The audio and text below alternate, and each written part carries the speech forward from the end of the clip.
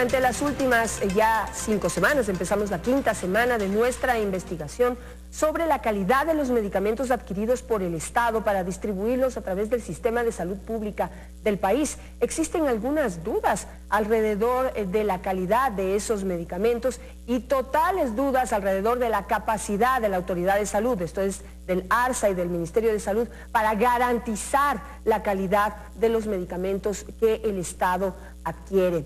Hemos tenido diversas posiciones, hemos conocido principalmente la posición de los pacientes que están preocupados por esa medicina que tienen que tomar. Hemos tomado la posición de los laboratorios, que son los que fabrican esas medicinas y que están compitiendo frente a medicamentos que se traen de fuera sin este seguimiento, sin esta comprobación de que son medicamentos de calidad. También hoy vamos a tomar la posición y la opinión de los médicos de nuestro país. Y tengo conmigo aquí a mi lado, saludo a Santiago Carrasco, presidente del Tribunal de Honor del Colegio de Médicos de Pichincha. Doctor Carrasco, muy buenos días, bienvenido a nuestro programa. Empiezo este diálogo con usted. Quisiera saber usted qué opina acerca de la calidad de las medicinas que adquiere el Estado y que se administran a decenas de pacientes que pasan por las manos de médicos como usted y miles otros de nuestro país. Dos cosas. Primero, muchísimas gracias, Daniel, por la apertura en su programa. La primera y la segunda, una solidaridad con las personas que están sufriendo ahora todo lo que el país sufre con estos terremotos, temblores, etcétera. Solidaridad a toda esa gente de nuestra costa ecuatoriana. Realmente estamos preocupados y los médicos estamos sumamente preocupados. Yo le había comentado a usted primero el tema de la defensa del honor de la práctica de la medicina que ha sido mancillada aquí en este país. Y la segunda, de hecho, estamos en contra de todo lo que significa el traer este tipo de medicamentos que no sabemos ni de dónde vienen, no sabemos la calidad de este tipo de medicamentos, pero lo que sí sabemos la gente que estamos actuando como médicos, que los pacientes con enfermedades crónicas como diabetes, hipertensión, dislipidemias, enfermedades crónicas pulmonares, cáncer, etcétera, trasplantes, tienen unos medicamentos de bajísima calidad y la respuesta está en la evolución del paciente. En lo personal estoy viendo todo el tiempo pacientes de los que le estoy comentando y con los medicamentos que vienen desde el Seguro Social o que vienen del Ministerio, pacientes que vienen tratados con estos medicamentos que no están absolutamente controladas estas enfermedades. Y entonces el tema del ahorro, supuesto ahorro con las famosas inversas, estas subastas inversas, ahora ahorro, para ver después pacientes diabéticos amputados con insuficiencia renal, con problemas de retinopatía diabética, ciegos, etcétera, problemas de infarto agudo de miocardio, accidentes cerebrovasculares.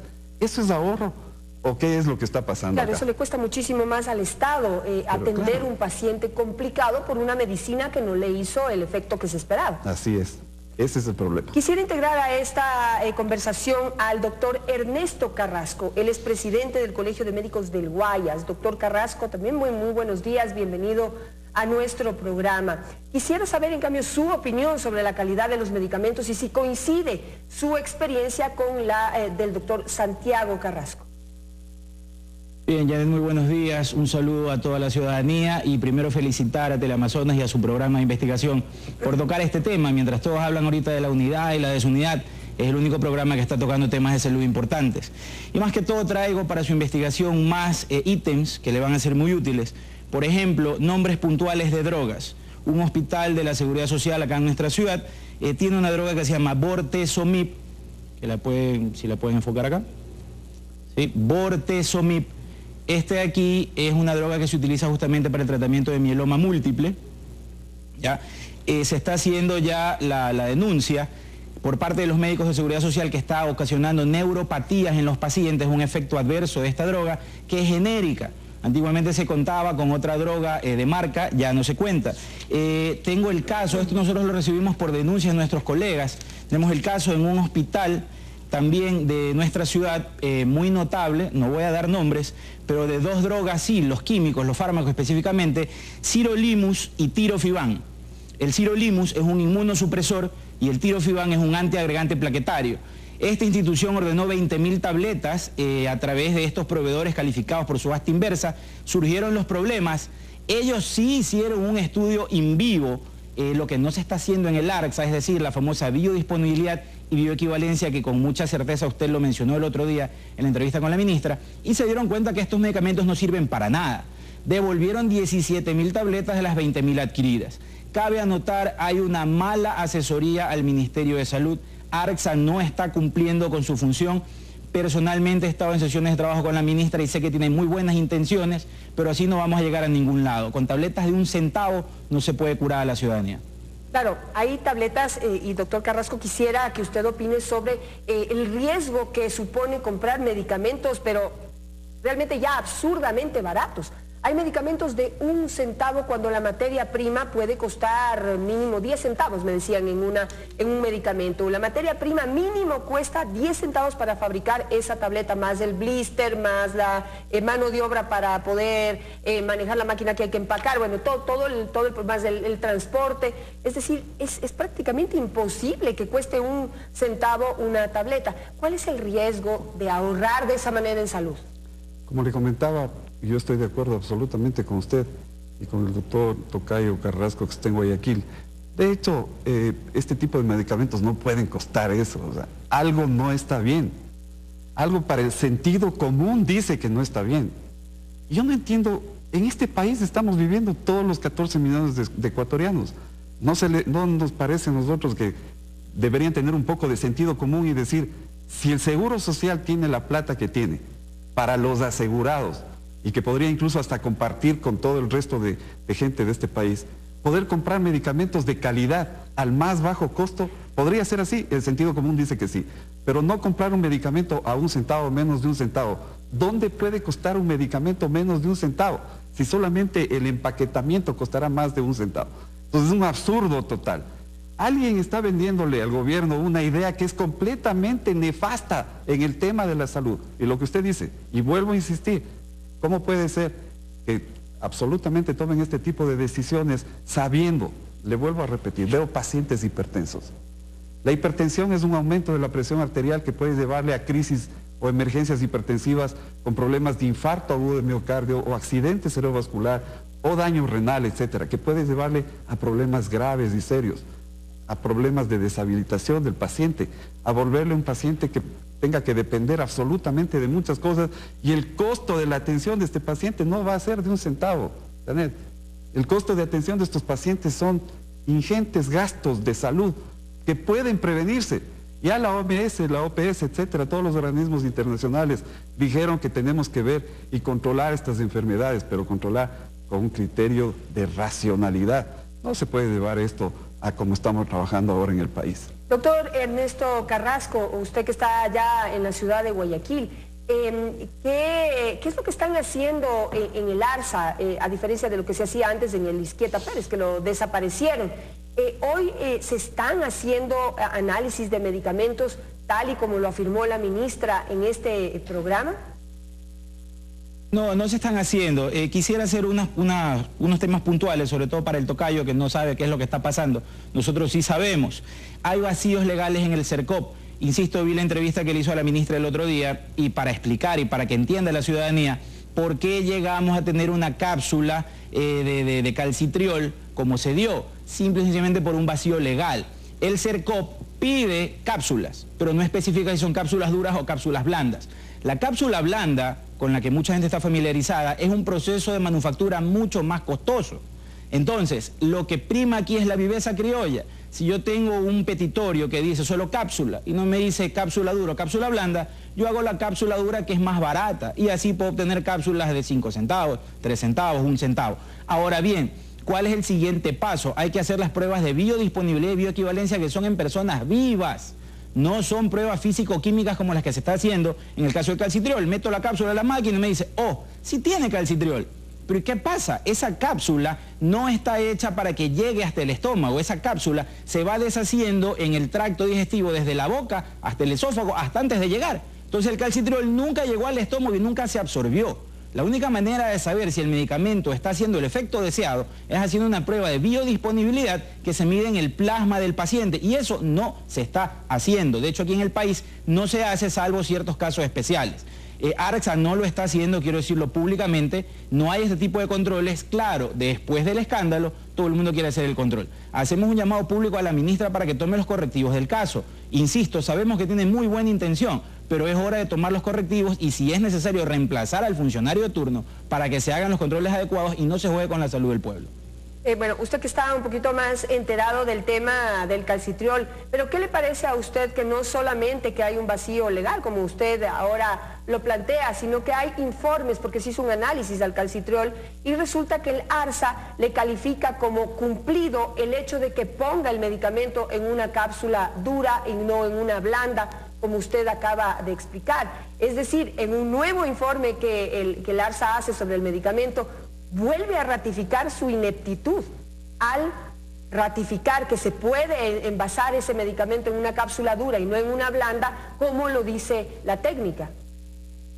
Claro, insisto, esto no lo decimos nosotros, esto lo dice la farmacopea estadounidense, o sea, ellos están años luz evolucionados de nuestros laboratorios en la elaboración de medicamentos. Entonces es lógico, este principio activo que es el calcitriol, que es líquido, ya, lo que dice es que viene en una cápsula blanda, ¿para qué? Para asegurar que la cápsula llegue hasta el estómago.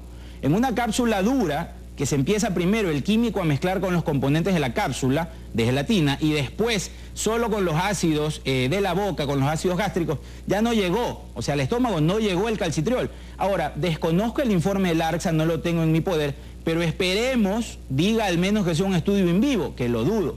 Lo que es lógico es que hayan hecho un estudio físico-químico, o sea, meto la cápsula en la máquina y la máquina dice, sí, tiene calcitriol en las cantidades adecuadas, pero vaya Dios a saber si la cantidad adecuada llega al plasma del paciente para hacer el efecto. ¿Qué es lo que pasó? Como estoy haciendo la denuncia con estos medicamentos en un hospital guayaquileño que los retiraron de Percha y, ojo, eran de uno de los ganadores de la última subasta inversa. Doctor Santiago Carrasco, ¿qué problemas ha habido también con los suministros, otro tipo de materiales, no medicamentos, pero suministros que los médicos necesitan, por ejemplo, en el Seguro Social o en otros hospitales para operar a la gente? Tenemos la claridad de que lamentablemente en el Seguro Social, y hay documentos de los médicos de hecho estamos rechazando todo este tipo de cosas porque estamos entre la espada y la pared. Y quiero decir que hubiera habido más probablemente denuncia respecto a todo esto, pero hay miedo a que uno le tachen de tirapiedras, de terroristas, de que no sé qué cosas más. El conocimiento médico está ahí y estamos claros sobre todo el tema este. La falta de insumos es evidente y obvia. Tenemos documentos de jefes de servicio, etcétera, pidiendo a las autoridades respectivas que por favor pongan atención en el tema de la falta de insumos para traumatología, insumos para cirugía, la mala calidad de los medicamentos. Imagínense que estamos haciendo en el Seguro Social trasplante de hígado, de riñón, etcétera. Son temas sumamente delicados. Entonces esto tiene que tomarse con la seriedad. El momento en que yo digo no sabemos lo que pasa, o sea, no sabemos lo que está pasando en la mente de la gente que está dirigiendo esto, pero de hecho sabemos lo que está pasando ya técnicamente. Ese es un tema absolutamente obvio. Ahora, usted que es presidente del Tribunal de Honor, ¿qué información recibe de los médicos de nuestro país? Porque muchos de esos problemas no es que se han quedado callados, a pesar de que hay un montón de miedo, pero no se han quedado callados. Han sido reportados a la autoridad, pero... Hemos tenido reuniones, de hecho, con el Ministerio.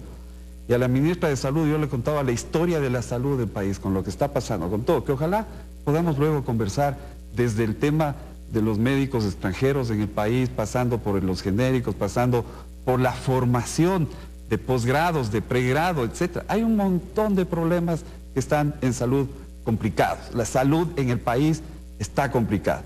Y entonces tenemos todas las quejas en el Tribunal de Honor, quejas que no están sustentadas porque, vuelvo a repetir, la gente probablemente tiene su puesto de trabajo, tiene miedo a perder este puesto de trabajo y tiene miedo a expresar las cosas. Estamos pidiéndole, decimos que estamos como dirigentes dispuestos a presentar las denuncias y las quejas y aquí estamos y lo vamos a hacer. Claro que sí, y doctor, ¿se puede entender que exista temor de perder puestos de trabajo? La situación del país no es la mejor, perder el trabajo ahora pues significa realmente mucho sacrificio, principalmente de las familias, de esos médicos. Pero les recuerdo a todos que hicieron un juramento el momento en que se graduaron de médicos y su principal labor es defender la salud de sus pacientes. Así que lamentablemente su trabajo va mucho más allá de su propia estabilidad y seguridad en su trabajo y su estabilidad económica. Es duro decirlo, pero realmente es así. No se puede sacrificar la salud de los pacientes por el bienestar económico de los médicos. Quisiera volver con el doctor Ernesto Carrasco para saber si es que, ¿qué ha pasado con los distintos reportes sobre fallas en esas medicinas, por ejemplo, que usted ha presentado? ¿Se ha enviado esto a la ARSA oficialmente para que tenga las alertas amarillas sobre esos medicamentos? Claro que sí, la hoja amarilla existe. El sistema de farmacovigilancia, de hecho, el año pasado se expidió el último reglamento para su funcionamiento. Sin embargo, no se está cumpliendo con el mismo. La autoridad puede decir que se cumple, claro, porque está el reglamento, pero nosotros sabemos por parte de los médicos prescriptores y los médicos tratantes que las denuncias que se presentan no quedan en nada. Sabemos que llegan a un archivo y hasta ahí. Cabe anotar, siguen habiendo vacíos legales. ¿Por qué? Recuérdese que se pasó de un sistema de direcciones provinciales de salud a un sistema distrital de salud. Ahora son distritos. Entonces es aquí, en esta segmentación, que se perdió la cadena de seguimiento en el sistema de farmacovigilancia. Digámoslo claramente, el sistema de farmacovigilancia a nivel nacional es nulo. Actualmente no está funcionando, funciona parcialmente, o sea, se hacen las denuncias, pero ¿qué pasa con estas denuncias? Nada. Le digo, tenemos el caso de este medicamento que digo en la Seguridad Social, que se utiliza para el mieloma múltiple. Hay hojas amarillas presentadas por parte de los médicos, que hay neuropatías. Tengo entendido que está a punto de hacerse una nueva adquisición. Veremos si se toman los correctivos del caso. Pero lo que ya se adquirió, ¿ya se pagó y se perdió o se devuelve la plata? Ojo, depende en qué momento se lo detecte. O sea, está la hoja amarilla en el hospital del IES presentada. Hasta ahí. Hay que decir, es muy loable la función de este otro hospital guayaquileño que tomó la medida del caso de mandar de su presupuesto a hacer la prueba de biodisponibilidad. Se dio cuenta que el otro medicamento, que es un inmunosupresor, entiéndese, para pacientes trasplantados, no funcionaba y devolvió 17.000 tabletas de ese medicamento. Eso es lo que se debe hacer. No podemos esperar, veía en la entrevista que usted hizo a la ministra, que haya una denuncia del paciente, porque el paciente no sabe. El pobre paciente está recibiendo una tableta esperando sentirse mejor. Y dice, ¿me siento bien? Más o menos. Mejor no denuncio. El médico es el que tiene que dar el aviso cuando vea los síntomas, cuando vea que no hay una mejoría. Es obvio en pacientes con cuadros más graves, por ejemplo, trasplantes, trasplante renal, trasplante hepático, va a ser muy notable que el medicamento no está haciendo el efecto. Sin embargo, no debemos esperar que haya un problema. O sea, usted no puede esperar chocarse en el carro para mandarlo a arreglar. Es hora que el Ministerio de Salud, sobre todo ARSA, coja las moléculas y empiece a hacer los estudios en plasma, la biodisponibilidad de la molécula en todos los medicamentos de 1 centavo sobre todo. No tiene un sentido común que un medicamento de 1 centavo pueda ser efectivo. Aviso de antemano, se ha ganado subasta inversa de otros medicamentos, por ejemplo diclofenaco, en el cual no es una tableta recubierta. Se pide la tableta recubierta, obviamente, con recubrimiento, para que llegue al estómago y el medicamento pueda hacer su efecto. Entonces, insisto, la viveza criolla está primando en estas subastas inversas. Yo hago el medicamento, como no me especifican cómo tiene que ser, lo hago lo más barato posible y le gano a laboratorios que tienen experiencia de años. Los genéricos no son malos, pero son buenos mientras se garantiza su calidad. Eso es súper importante. Aquí no se está promoviendo ni se está abanderando, digamos, a ningún laboratorio en particular o a los laboratorios internacionales, como ya han empezado a decir las autoridades que no pueden justificar lo que están haciendo, pues siempre tratan de descalificar a las personas que están participando en este debate, diciendo pues que tienen algún tipo de interés. En el mundo hay genéricos de extraordinaria calidad. El problema es que no sabemos si en este país los han adquirido o no, porque para poder comprobar esa calidad, la autoridad es la que tiene que aplicar los mecanismos y los análisis que la norma internacional ya la tiene definida hace muchísimos años. Es decir, no hay nada que inventar ahí, simplemente tienen que hacer su trabajo. ¿Lo están haciendo o no lo están haciendo? Eso es lo que estamos debatiendo. Quisiera tocar un último punto, ya en relación directa a la seguridad de los médicos. Estamos trabajando con medicamentos que no conocemos su real efecto, su calidad, medicamentos que tienen la obligación los médicos que trabajan en el seguro, en los sistemas de salud pública, de recetar a los pacientes que pasan por esos hospitales. Pero ¿qué pasa si ese paciente, por ejemplo, que sufre de hipertensión, no le hace efecto el medicamento que el médico estuvo obligado a recetar, tiene un accidente cerebrovascular y la familia de ese paciente decide demandar al médico por haberle recetado ese medicamento. ¿Qué pasa con ese médico y también cómo se pone la seguridad de los médicos, la seguridad jurídica de los médicos frente a una ley que ahora los manda a la cárcel por mala práctica? Sí.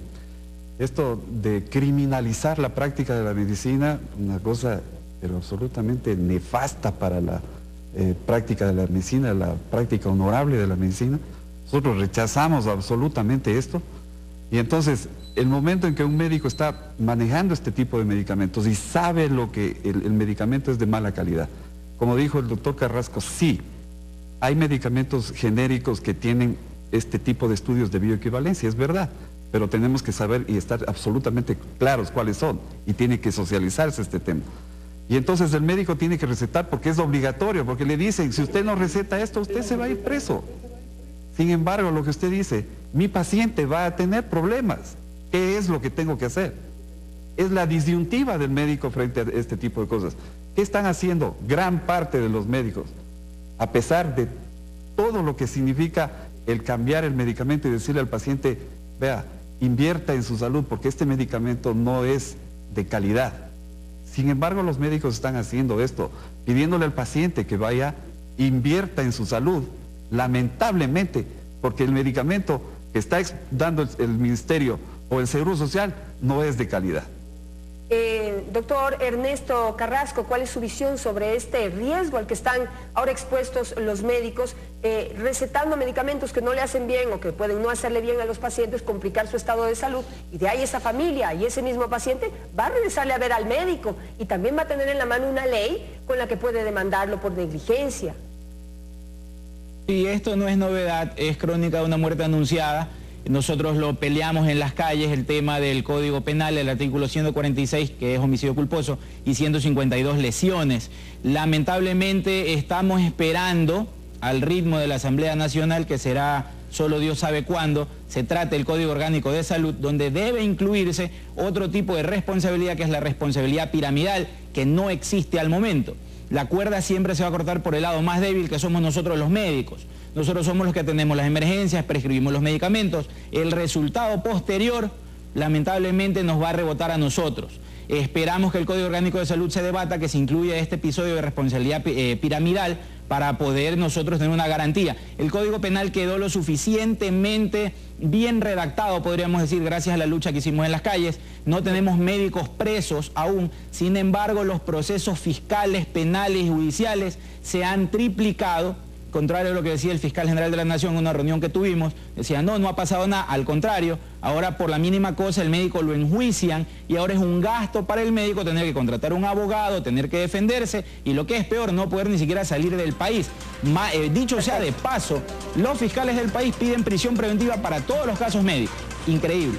Doctor Ernesto Carrasco, doctor Santiago Carrasco, muchísimas gracias por estar esta mañana con nosotros y ayudarnos a contribuir en este debate importantísimo. La calidad de los medicamentos que está adquiriendo el Estado. En este momento se está llevando a cabo el proceso de subasta inversa. Ya se seleccionaron a los ganadores. Ahora recién la autoridad dice que va a ver si tienen o no tienen registro sanitario sus medicamentos que han comprado. Y es importantísimo ahorita exigirles que esos medicamentos que finalmente compren tengan la calidad que los ecuatorianos nos merecemos, sobre todo aquellos que contribuimos mensualmente al Seguro Social y que depositamos el dinero para que compren medicamentos de calidad, no para que compren cualquier tipo de medicamento y le produzcan un ahorro el Estado en perjuicio de la salud de esos afiliados.